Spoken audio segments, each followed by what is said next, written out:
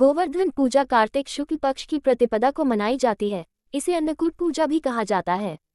गोवर्धन पूजा मुख्य रूप से भगवान कृष्ण, गोवर्धन पर्वत और गौमाता की पूजा के लिए की जाती है। यहाँ गोवर्धन पूजा की सरल विधि दी गई है। गोवर्धन पूजा की विधि: 1. सफाई और तैयारी: पूजा स्थल की सफाई करें और वह रंगोली बनाएं। एक चौकी पटरा पर लाल कपड़ा बिछाएं। 2. गोवर्धन पर्वत का निर्माण: आटे या गोबर से गोवर्धन पर्वत का छोटा सा स्वरूप बनाएं। पर्वत के पास गौमाता, बछड़े और भगवान कृष्ण की मूर्ति या चित्र रखें।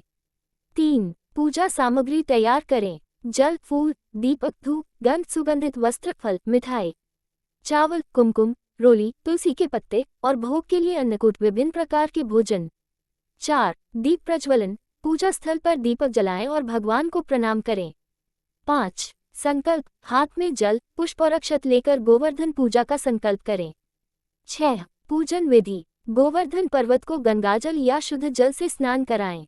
रोली, चावल, फूल और तुलसी के पत्ते चढ़ाएं। भगवान कृष्ण, गोवर्धन पर्वत और गौमाता का ध्यान करें और मंत्र जाप करें। दीप, धूप और गंध से पूजा करें। 7. भोग लगाएं: विभिन्न प्रकार के भोजन अन्नकूट भगवान को अर्पित करें। इसे गौमाता और लोगों में बांटें। 8. आरती: भगवान कृष्ण और गोवर्धन पर्वत की आरती करें और गोवर्धन गिरधारी की जय का जयकारा लगाएं। 9. प्रसाद वितरण: पूजा के बाद प्रसाद सभी में बांटें और प्रसन्न मन से पर्व मनाएं। ये है गोवर्धन पूजा की सरल विधि। इस दिन भगवान कृष्ण ने गोवर्धन पर्वत उठाकर इंद्र के कोप से गोकुलवासियों की रक्षा की थी, इसीलिए उनकी पूजा विशेष महत्व रखती है। गोवर्धन पूजा की कथा भगवान श्री कृष्ण और उनके भक्तों की भक्ति पर आधारित है।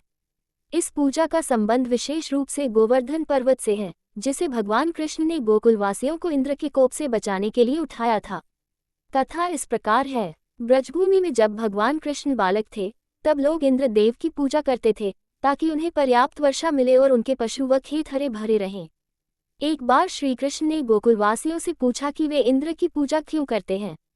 गोकुलवासी बोले कि इंद्र देव वर्षा करते हैं, जिससे खेती और पशुपालन संभव होता है। श्री कृष्ण ने उन्हें समझाया कि असली देवता गोवर्धन पर्वत है, जो घास, चारा और पानी प्रदान करता है और पशुओं के लिए भोजन का साधन बनता है। इसलिए उनकी पूजा इंद्र देवता के स्थान पर गोवर्धन पर्वत की होनी चाहिए। गोकुलवासियों ने श्री कृष्ण की बात मानी और इंद्र की पूजा छोड़ गोवर्धन पर्वत की पूजा शुरू कर दी। इस बात से इंद्रदेव क्रोधित हो गए और गोकुलवासियों को दंडित करने के लिए मूसलधार बारिश शुरू कर दी। जब गांव के लोग पानी में डूबने लगे, तब भगवान श्री कृष्ण ने अपनी छोटी अंगुली पर गोवर्धन पर्वत उठा लिया और सभी गोकुलवासियों को अपने मवेशियों सहित उसके नीचे शरण दी। 7 दिन तक लगातार बारिश होती रही, परंतु भगवान कृष्ण ने सभी की रक्षा की। अंत में इंद्र को अपनी भूल का एहसास हुआ और उन्होंने श्री कृष्ण से क्षमा मांगी। इस घटना के बाद से गोवर्धन पूजा की परंपरा शुरू हुई और इसे हर साल दीपावली के अगले दिन मनाया जाता है। इस दिन लोग गोवर्धन पर्वत के प्रतीक के रूप में गोबर, अनाज, फूलों से गोवर्धन की आकृति बनाते हैं और उसकी पूजा करते हैं। गोवर्धन पूजा दिवाली के अगले दिन मनाई जाती है, जो इस वर्ष 2024 में 2 नवंबर को है। इस दिन भगवान कृष्ण द्वारा गोवर्धन पर्वत को उठाने और गोकुलवासियों की रक्षा करने के उपलक्ष्य में पूजा की जाती है।